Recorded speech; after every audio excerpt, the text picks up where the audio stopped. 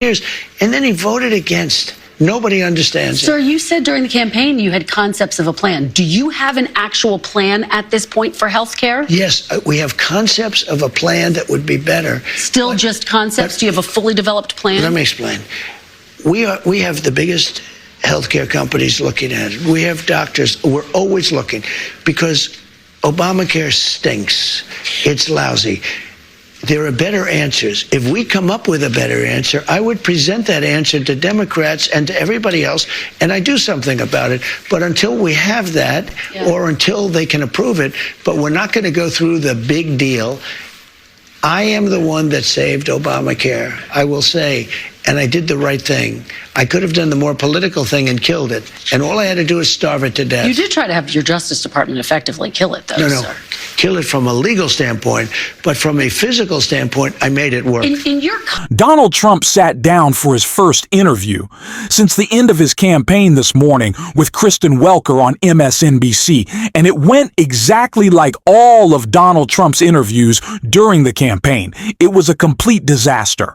He was out of control, showing how unfit he is, and the reason why many millions of Americans are realizing they made a mistake in casting a vote for Donald Trump, specifically because he got caught in two lies. In particular, he was telling on the campaign trail about his economic plan and his immigration plan, and then he lost it completely out of control and angry that he was getting pushed back, and Kristen Welker was actually doing her job. And we are going to get into all of that. But before we do, if I could quickly ask you to leave a like on this video, and if you haven't already, and you enjoy our channel, they hit that subscribe button. It goes a long way, and it really means the world to me. Now let's get into this interview. Donald Trump and Kristen Welker. But I want to delve into one of your signature promises on the campaign trail, which was to end inflation, to lower prices. You are now proposing tariffs against the United States'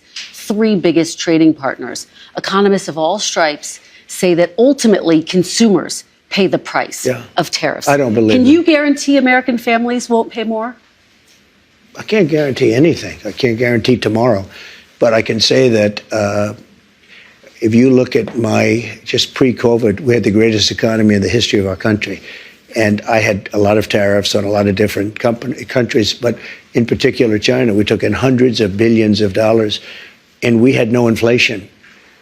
In fact, when I handed it over, they didn't have inflation for a year and a half. They went almost 2 years just based on what I had created. And then they created inflation with energy and with spending too much. So I think we will. I'm a big believer in tariffs. I think tariffs are the most beautiful word. I think they're beautiful. It's going to make us rich. We're subsidizing Canada to the tune of over $100 billion a year. We're subsidizing Mexico for almost $300 billion. We shouldn't be subsidizing. Why are we subsidizing these countries? If we're going to subsidize them, let them become a state. We're subsidizing Mexico, and we're subsidizing Canada, and we're subsidizing many countries all over the world. And all I want to do is I want to have a level, fast, but fair playing field. Sir, your previous tariffs during your first administration cost Americans some $80 billion. And now you have major companies from Walmart, Black & Decker, AutoZone saying that any tariffs are going to force them to drive up prices for their consumers. How do you make sure that these CEOs, that these companies don't, in fact, pass on the cost of tariffs to their consumers? They cost Americans nothing. They made a great economy for us. They also solve another problem. If we were going to have problems having to do with wars and having to do with other things, tariffs, I have stopped wars with tariffs by saying, you guys want to fight, it's great, but both of you are going to pay tariffs to the United States at 100%. And they have many purposes, tariffs, if properly used. I don't say you use them like a madman. I say properly used. But it didn't cost this country anything. It made this country money, and we never really got the chance to go all out because we had to fight COVID in the last part, and we did it very successfully. And when I handed it over to Biden, the stock market was higher than what it was just previous to COVID coming in. It was actually higher. Tariffs are a properly used, are a very powerful tool, not only economically, but also for getting other things outside of economics. Yeah. Are you actually going to impose these tariffs, or are they a negotiating tactic? Well, I'll give you an example. With Canada, and in particular Mexico, we have millions of people pouring into our country. You agree with that? I spoke with I spoke with Justin Trudeau. In fact, he flew to Mar-a-Lago within about 15 seconds after the call ended. Yeah. He was at Mar-a-Lago. We were having dinner talking about it. I said, you have to close up your borders because they're coming in the northern border too a lot. Not like the southern border, but they're coming in the Canadian border a lot. And drugs are pouring in. Almost as importantly, drugs are pouring in, maybe more importantly, drugs are pouring in at levels never seen before, 10 times what we had. They're just pouring in. We can't have open borders. And I said to the president of Mexico and to Justin Trudeau, if it doesn't stop, I'm going to put tariffs on your country at about 25%. After promising for months and months and months, saying that tariffs were the greatest word in the world and that they would solve all of our problems, Donald Trump now can't guarantee that they will. He doesn't know how could he. It's impossible to tell, except you said the opposite. You promised the opposite. And it's the reason why so many Americans are regretting their vote. A vote that we tried to warn them about, a vote that will ultimately raise the prices that they were so concerned about. Because Donald Trump doesn't know what he's talking about. We already saw these trade wars tried and failed by Donald Trump during his first presidency. And it's the reason he gets so mad when he gets pushed back on them.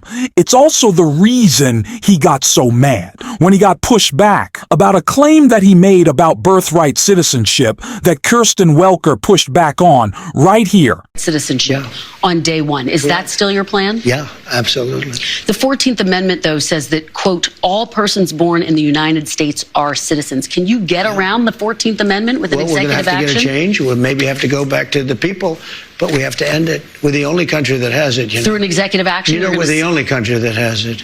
Do you know, if somebody sets a foot, just a foot, 1 foot, you don't need two, on our land, congratulations, you are now a citizen of the United States of America. Yes, we're going to end that because it's ridiculous. Through executive action? Well, if we can, through executive action. I was going to do it through really an end to birthright citizenship, and he says he can just do it. I know he suggests maybe we'll send it back to the states and we'll ratify. I don't that that's not happening. So Donald Trump is clearly insinuating, as he has always believed, that he's above the Constitution and that he can do whatever he wants. He can legislate if he wants from the executive branch. Donald Trump thinks he has completely unchecked power to do anything that comes to his mind at any time, and he thinks people will support him. And that's why I've been so big and pushing back on this message that Donald Trump somehow won in a landslide. Of course he did win this election by a considerably larger margin than most people would have expected, winning all 7 swing states. But the Electoral College disproportionately represents a bigger win to Donald Trump than the popular vote did, where Donald Trump's margin shrinks every single day. And so if we're looking at that vote, no, an overwhelming majority, because it wasn't even a majority of people wanted Donald Trump to go crazy. They don't, because he's insane. And it's not just in his tariff policy where Donald Trump is going to raise prices and hurt working people. It's also in the delegation he's doing to Elon Musk and DOGE, the Department of Government Efficiency, which Jasmine Crockett called out so perfectly right here. Number one, they just made up this position, okay? Like, they created this position. This isn't something that, say, the Senate has to consent to. This is a random kind of henchman of Donald Trump's, number one. Number two, the job of that particular role is not to incarcerate people. If this man wants to be the one that is going to enforce our laws, then maybe we should look for him to be the Attorney General of the United States, because seemingly it doesn't matter whether or not you're qualified to fulfill that position for Trump. It's just about whether or not you will arrest the people that he wants arrested. And this was one of those things that we tried to warn people about with Project 2025, which is this idea of we will go out and we will incarcerate people. This is the type of thing that they claim was happening to Trump and his friends, instead of people accepting the reality that Trump and his acolytes are actual criminals. You know, right now we have people that are deciding that they are going to criminalize those that are not doing what Trump wants them to do. Giving unchecked power to a billionaire to slash Social Security, Medicare, and Medicaid, and award himself Elon Musk being the biggest government contractor in America, with even bigger government contracts, while he deregulates all of his businesses.